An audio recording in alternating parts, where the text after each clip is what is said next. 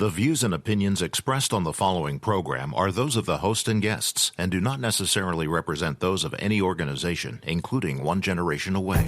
The freedom of a people to choose its leaders is the root of liberty. Keep alive this experiment in liberty. Liberty, in case you've forgotten, is the soul's right to breathe. Government should be very minimal in protecting liberty. Peace cannot be purchased at the cost of liberty. The sturdy ground of liberty. Liberty once lost is lost forever. Fight for their liberty and for our security. Guarantees individual liberty. This great republic, born alone in liberty. Liberty. Liberty. Liberty. Liberty. Liberty. Liberty. Liberty. Liberty. Just how much do you want liberty? This is Liberty Nation with Tim Donner, a production of LibertyNation.com. Cutting through the double talk, taking on the topics, going after what the politicians really mean, and making it all clear. For your freedom and your liberty. Liberty Nation with Tim Donner. Is Michael Bloomberg the savior of the Democratic Party or their downfall? Welcome back into Liberty Nation Radio, a production of LibertyNation.com and heard from coast to coast on the Radio America Network. As the Democratic establishment tries everything in its power to pull the socialist Bernie Sanders down from his perch atop the presidential race, they turn their lonely eyes to Michael Bloomberg, who won't even be on the ballot till March. But Bloomberg is now trying to deflect damaging new revelations of sexual abuse on top of his signature stop and frisk policy and the cruel remarks about the people affected by it. We will examine the life and times of Mayor Bloomberg and LibertyNation.com's Onar on the validity of Trump's statement that Bernie is a communist and Bernie's statement that Trump has benefited from socialism, plus the aftermath of Brexit with LibertyNation.com managing editor Mark Angelides and Talkin' Liberty with our legal affairs editor Scott Cosenza. Say what? Say what? Say what? One more time. We commence the proceedings with our signature segment, Say What, where we roll out a virtual assembly line of wacky, astonishing, damnable, and ultimately revealing things uttered by politicians and the chattering class. Looking back over the 2 weeks since it happened, it now appears that the most infamous example of incompetence at the national level of politics in recent memory, the Iowa caucuses, changed everything in the Democrats' race to unseat President Trump. And here's why. It changed the entire conversation, the entire narrative, the entire focus from Trump and his sins to the Democrats being unable to get their own house into any sense of order. And now, on top of that, one of those Southwest airline moments, you know, the ad where someone says or does something so embarrassing and there's no escape. The voice says, "Want to get away?" Well, just days after a strong showing in New Hampshire that pole vaulted her into the top tier of candidates, Amy Klobuchar went on Spanish language Telemundo and was asked about the Mexican president. Sorry to ask this, but do you know who he is? Do you know his name? Yes. I know that he is the Mexican president. But can you tell me his name? No. So. Don't you think it would be important, if you're running for president, to know who the president of Mexico, the country to the south of the United States, is? Yeah. Because can you tell me who the president of Mexico is? Yeah, President López Obrador, I hope. You're the only one that's been able to tell me that today. Really? Yes. Wow. Ouch. Want to get away? At least Mayor Pete knew the Mexican president, and even he sounded unsure. But this personal incompetence on top of the collective incompetence unmasked in Iowa is yet another favorable turn of events for Michael Bloomberg, the stealth billionaire who you see only on TV and online, never in person, like he's some sort of avatar. He is skipping the first four contests as he carpet bombs the 14 states voting on Super Tuesday, March 3rd, spending, at last count, an unprecedented, unheard of $385 million on ads, to the point where he's now actually running out of places to run ads. So as Bloomberg becomes all the rage in a party desperate for someone, anyone, to save them from themselves, so do increasingly disturbing statements from his past and allegations which are now piling up as the Klieg lights get turned on the former mayor of New York. So let's drill down on this guy. An old video was uncovered last week of Bloomberg saying his stop and frisk policy amounted to, paraphrasing here, finding young dark-skinned men, throwing them up against the wall and frisking them. That was the match that lit a tinderbox, as we learned this week of persistent allegations of sexual harassment filed against Bloomberg during his years at his own company before he was mayor. And then he impregnated a young woman whose lawyer relates what Bloomberg told her. She thought he would be pleased that she was pregnant. She said that to him, and he said to her, "Kill it." Now, that plays right into the narrative of Bloomberg being a soulless, technocratic control freak. But you want soulless? Here's more. Bloomberg discussing farmers. I could teach anybody, even people in this room, so no offense intended, to be a farmer. It's a process. You dig a hole, you put a seed in, you put dirt on top, add water, up comes the corn. The information economy is fundamentally different. You have to have a different skill set. You have to have a lot more gray matter. Translation, farmers stupid, anyone can do it. Online wizards like him, much smarter. Sounds like basket of deplorables 2.0. Of course, this wasn't supposed to be happening at all, because Bloomberg was crystal clear early in 2019 that he was not running for president. And he took the opportunity to reveal more of his character by ridiculing a beloved former president. At some point, you've got to say, look, I would be 79 years old when I took office. People say, well, Ronald Reagan was 80 when he left. Yeah, when he was 80, they carried him out gaga. Wow, that's really funny. And they say Trump is petty and mean-spirited. But then there's Bloomberg's craven apology at a church when he decided to change his mind and run for president for his stop and frisk policy, which he advanced and defended for 12 years as mayor. I got something important wrong. I got something important really wrong. I didn't understand that back then, the full impact that stops were having on the Black and Latino communities. I was totally focused on saving lives, but as we know, good intentions aren't good enough. I now see that we could and should have acted sooner and acted faster to cut the stops. I wish we had. I'm sorry that we didn't. I realized back then I was wrong, and I'm sorry. Wrong for 12 years in which he kept saying he was right. And notice, even when he's pandering, he still defends his policy by preceding the apology with, "We were just concerned with saving lives." But not just his policy, but what he said about it are leading establishment Democrats to rethink their decision to promote his candidacy just to undercut Moscow Bernie. Listen to the quintessential Democrat establishment voice, Donna Brazile, on Fox News. I mean, I am uncomfortable with his policies in New York. I understand he's apologized. I get that. I'm for forgiveness. But I am extremely dismayed at the information I read over the weekend about the sexist work environment. You know, it's one thing to have this so-called top law enforcement policy of stop and frisk. It was ruled unconstitutional. And it has taken him years to say, I'm sorry about that. So now Bloomberg is trying to fend off attacks from both wings of the party, the socialist wing and the liberal wing. But Bloomberg will be in the debates going forward as his numbers rise in a party that is looking for a lifeline. Anyone who can beat Trump, no matter his or her record or beliefs. Which makes the latest news about Bloomberg all the more inexplicable.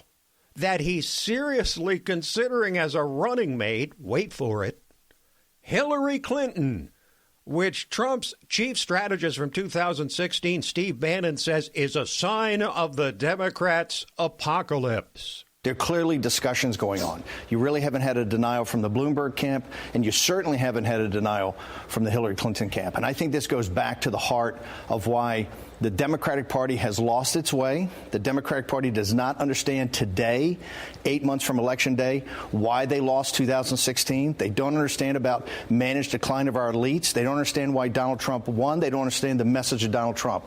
They've spent 3 years trying to destroy him. They failed to destroy him. 8 months from the election, they have nothing. So now they have a moderate Republican mayor oligarch of New York combining with a globalist, multi-time failure presidential candidate to try to do a combination. And I think that this shows really the personal vendetta that the Clintons and Michael Bloomberg have against President Trump. It's all personal on the left with Trump. And that's why their collective Trump derangement syndrome leads to the actual possibility of Hillary rearing her head again. Trump must be salivating. Quick break, and then we're back to talk about how things have changed with our most treasured ally in the aftermath of one of the most significant events in recent international history, Brexit. Liberty Nation with Tim Donner. Where can you find honest political commentary with sobering analysis, accountability, deconstructing threats to our liberty, and boldly reporting the truth? Subscribe to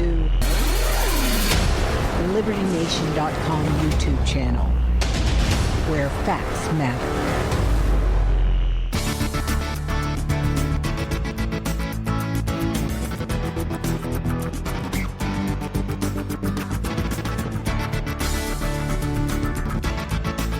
We believe that all men are entitled to the blessings of liberty. This is Liberty Nation with Tim Donner. Well, it has not received nearly as much coverage as it should because it is one of the major international political stories of our time. It took more than 3 years for reluctant politicians to implement the clearly expressed will of voters in England. But when one more election fully and finally settled the issue in December, the result was overwhelming. Brexit is England's 21st century declaration of independence from the iron grip of the European Union.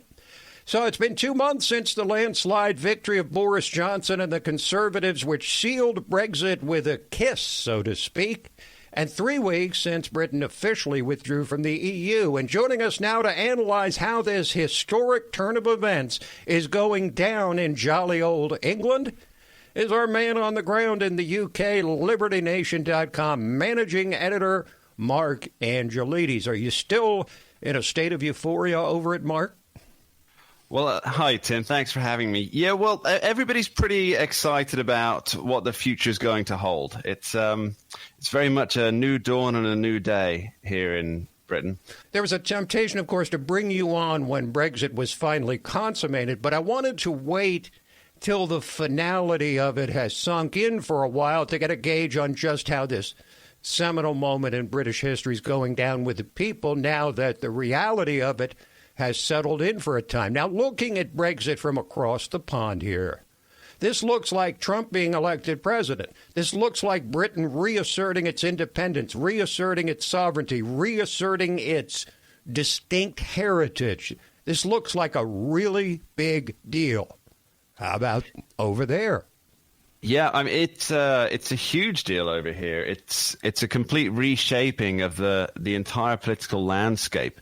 And with that comes a reshaping of the entire cultural landscape, too. And I think the country is really just reveling in the possibility that's ahead for it. Although this won't entirely be realized until the end of this year, the end of 2020, once the transition period's over.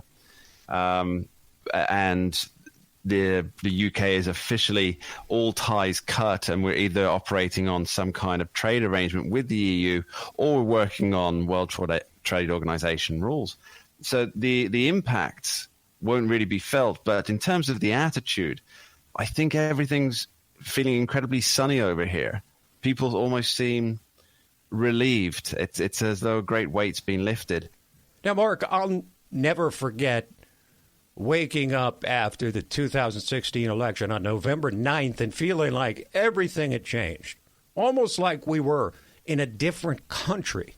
And the left has said the same thing from the opposite angle.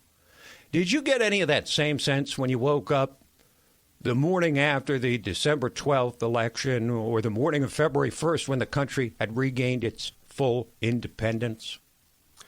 Well, on the morning after the December 12th election, not at all, because although Boris had campaigned on we're getting Brexit done and we're leaving come hell or high water, although he'd campaigned on that and promised that, we've had 3 years since the actual vote was taken.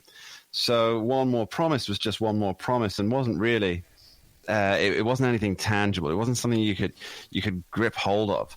But on the morning of February 1st, absolutely, it was. It now seems to myself and many others that from what we do from now on, it's all for us. It's not.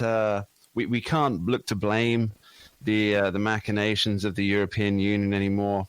Now it's all about what we can do together as a country. Now, in the category of how big is this Brexit? Compare for us the magnitude of Brexit to other seminal or pivotal events in the history of modern England, or even ancient England, though I will not require you to go all the way back to William the Conqueror in 1066. Well, anything before 1066, and we're missing all the best bits.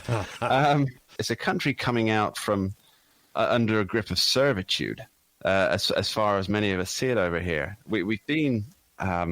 my entire life, from when I was born, was under the EU.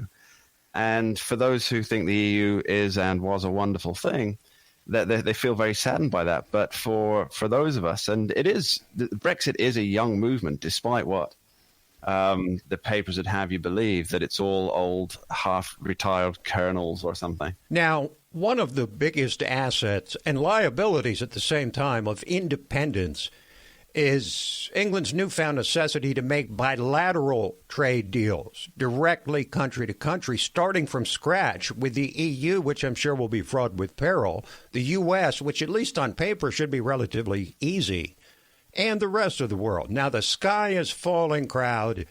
The Remainers who said the country would collapse if you approved Brexit and it went through. They predictably say this need for bilateral deals now will be a disaster, while the free market types say it opens a world of untold opportunity. The reality here, Tim, is that the free market types really do have the right to this, because the people who say that you have to renegotiate trade deals or negotiate trade deals, in fact, from the very start, they're living in the past. You're not building things from nothing. You're building from a base of there are already trade arrangements, and trade is always beneficial. Otherwise, people wouldn't do it. Mark, thank you for your wisdom as always, and for getting us a sense of what's going on the ground in England at this very historic time. Thanks for joining us. A pleasure. Mark Angelides, managing editor of LibertyNation.com. When we return, Trump calls Bernie a communist. Bernie says Trump has enjoyed the spoils of socialism.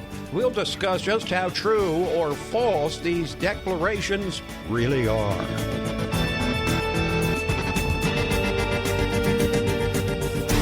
Liberty Nation with Tim Donner.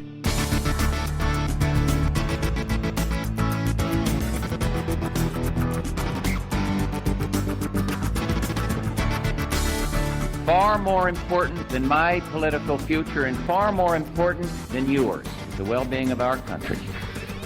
This is Liberty Nation with Tim Donner. Donald Trump says Bernie Sanders is not just a socialist, but a communist. Bernie Sanders says he's a socialist, not a communist, and that Donald Trump has benefited from socialism. That's the takeaway from a fascinating he said, she said, so to speak, on the pages of LibertyNation.com, authored by a man with great insight into human behavior, not to mention international affairs. Onar, our man on the ground in Europe, more specifically Scandinavia, more specifically the great state of Norway, joins us now. Hello, Onar. Hi there, Tim. So good to have you back. It's been too long. So let's start with the president's assertion that Bernie is not just a socialist, but a full-on communist. You say there's good reason for Trump to believe that or say that. What in Trump's mind and your mind makes Bernie a communist as opposed to a socialist? If you just look on the surface of how Bernie behaves and what he says, he is not a communist. Like advocating universal health care is not communism. But if you think of this in terms of like a wolf in sheep's clothing and look more on the attitudes beneath, then he most certainly is a communist. Because in Europe, you can tell the difference between those who lean towards communism from those who lean towards capitalism based on their attitude towards the Soviet Union. And after World War II, the Social Democrats, who were big advocates of the welfare state, they leaned towards the U.S. They were parts of NATO. They supported the U.S. and they were advocates of a free market capitalism.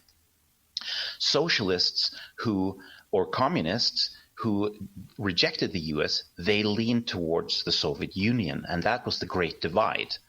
And no social democrat in Europe would ever praise anything in the Soviet Union.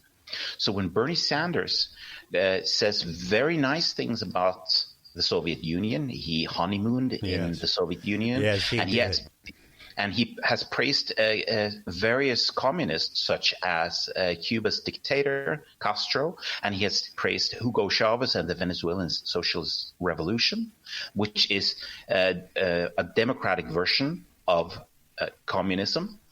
Then that places him solidly on the side of the Soviet Union, of communism.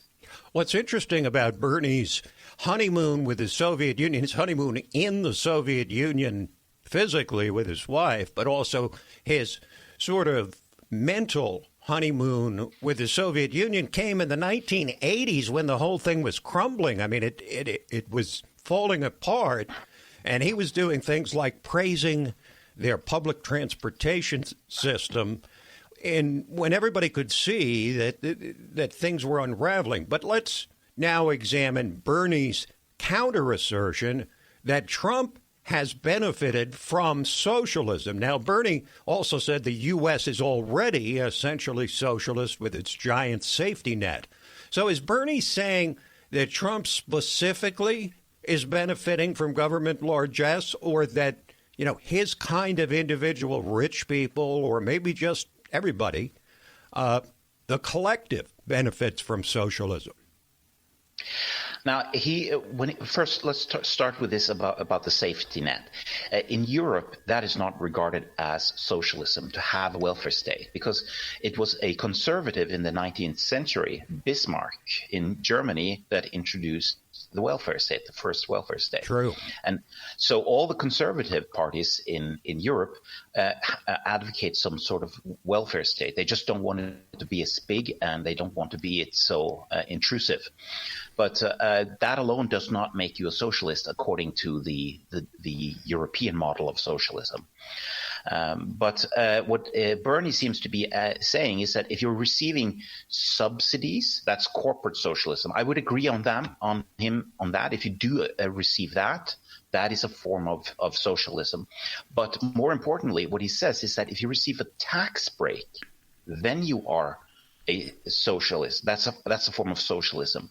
And the only way to interpret that as socialism, if he says that everything belongs already to the state, and whenever you produce something and you are allowed to keep whatever you produce yourself, that is a gift from Bernie Sanders.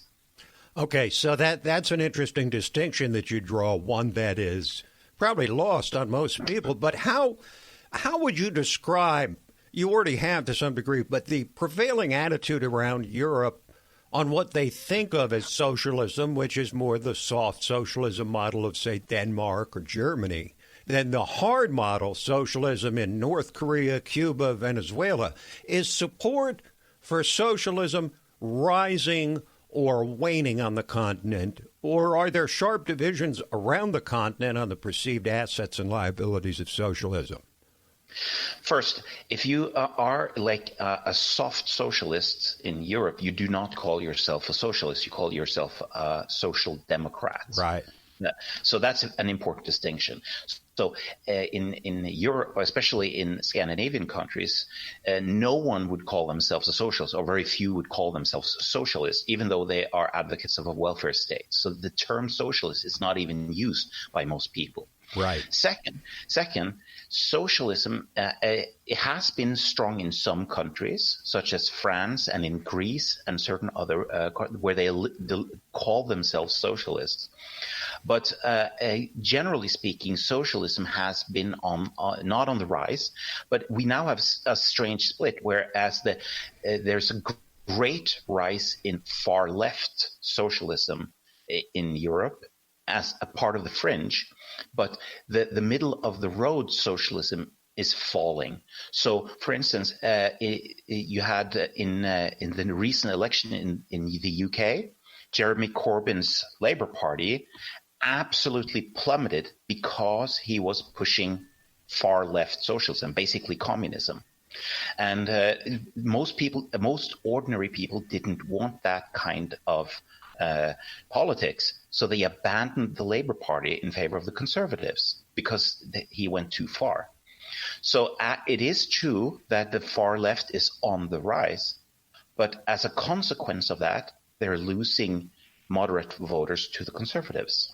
Makes a lot of sense. Now, how about the attitudes on President Trump around the continent? We're told they've generally been sharply negative in Europe, more positive in the Middle East and in Asia. Do you see attitudes about Trump generally hardening or softening?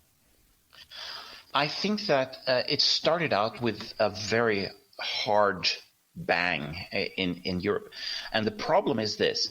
In Europe, people don't know how far left the press, the U.S. media is.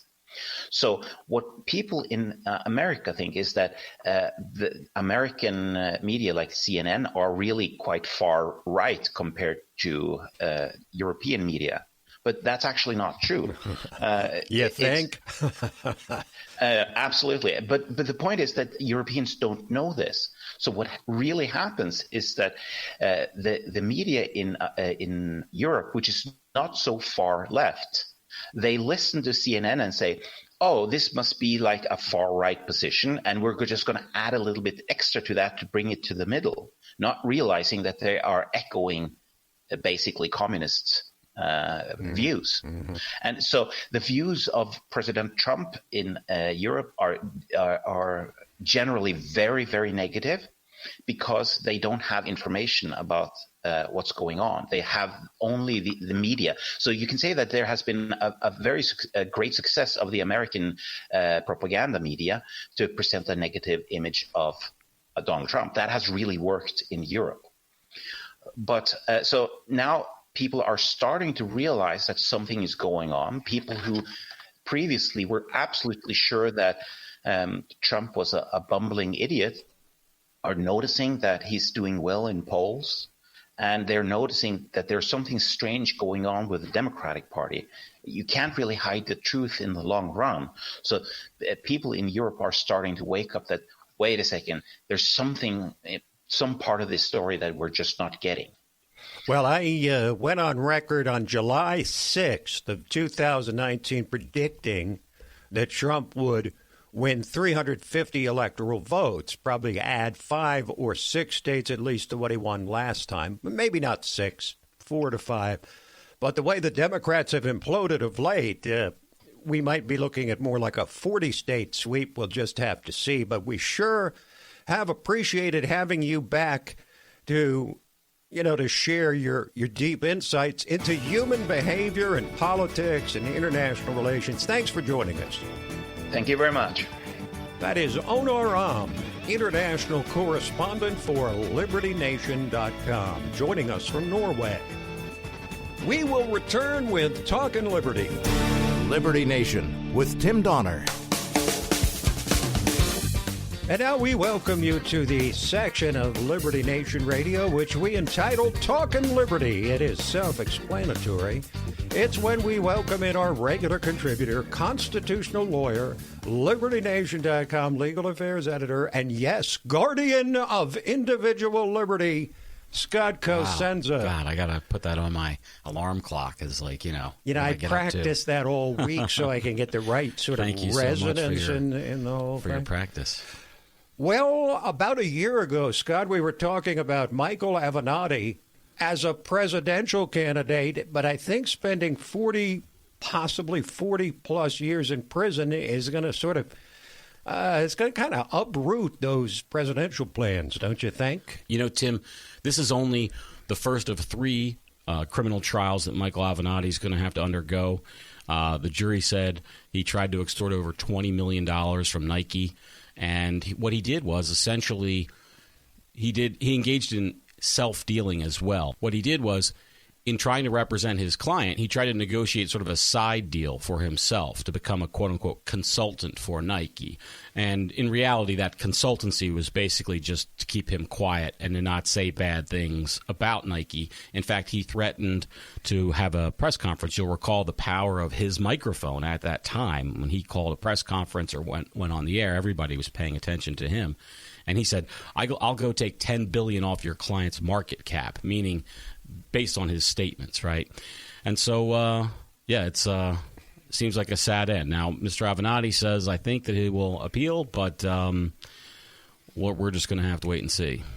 Does this mean he's not running for president? Yeah, it's sometimes his statements have gotten over the course of the many charges. It's a little like the Black Knight in Monty Python. It's but a flesh wound. Meanwhile, he's getting cut to pieces. So we'll keep following it.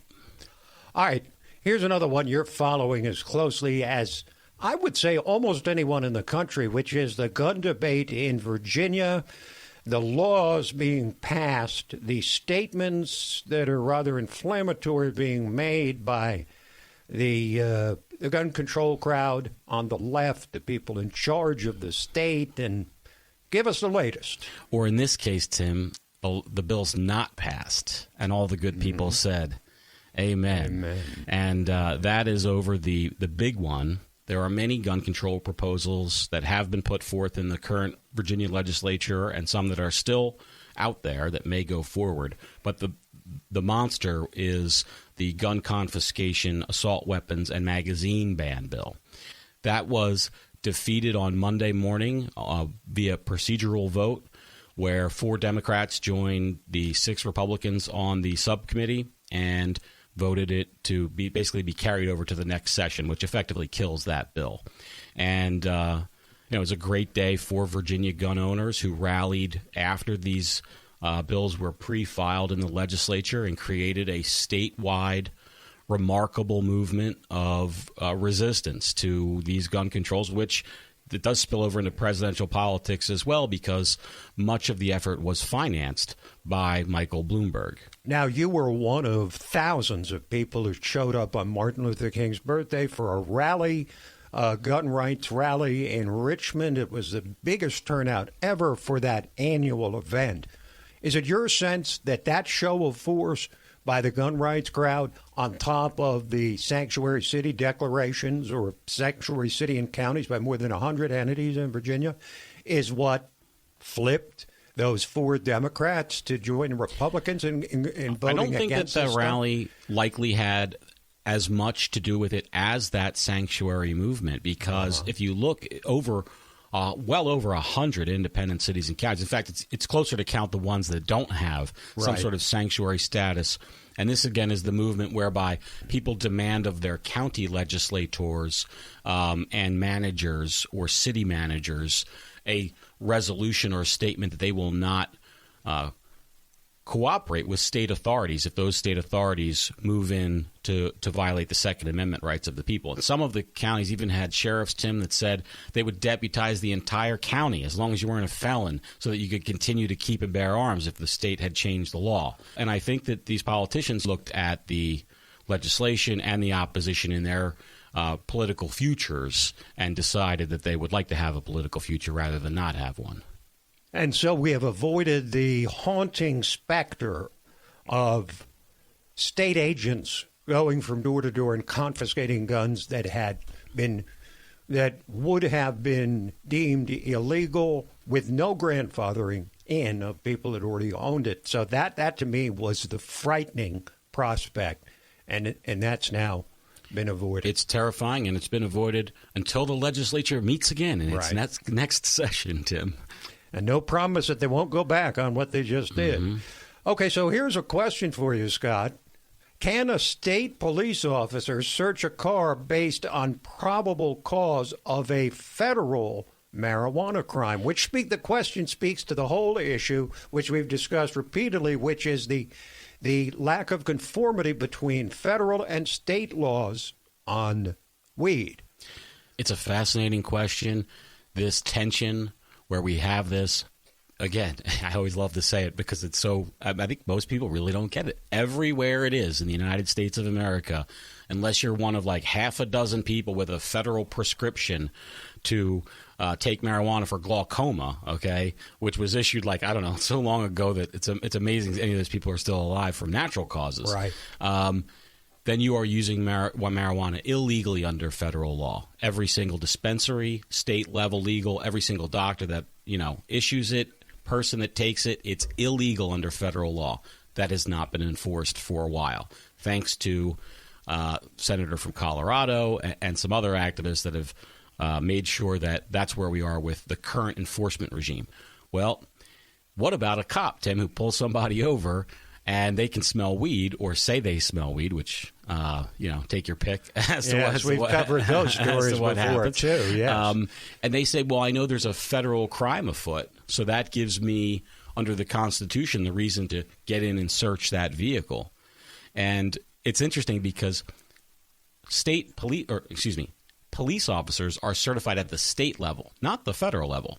Your cop on the beat, your local, he has no engagement whatsoever with the federal authorities, federal law, federal anything, and is not, Tim, empowered to enforce federal law. Mm-hmm. There are federal laws that have nothing to do with state law, and if a local police officer puts you in cuffs for that and brings you to the federal jail, they're going to say, "What are you doing? You're not." And you could sue that person, and they probably would not have immunity from that suit. And that's where this tension comes in. And it's going to be heard, Tim. This case, the reason why we're talking about it is because in the first week of March, the Ninth Circuit of all places is going to hear this case of a police officer who did just that.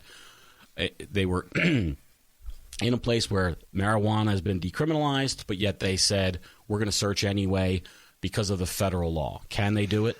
Well, this is a test case, isn't it? I mean, this is likely to stimulate afresh the conversation about the lack of compatibility between federal and state laws. But wouldn't this be analogous to a local police officer that decides to arrest someone because they're an illegal immigrant?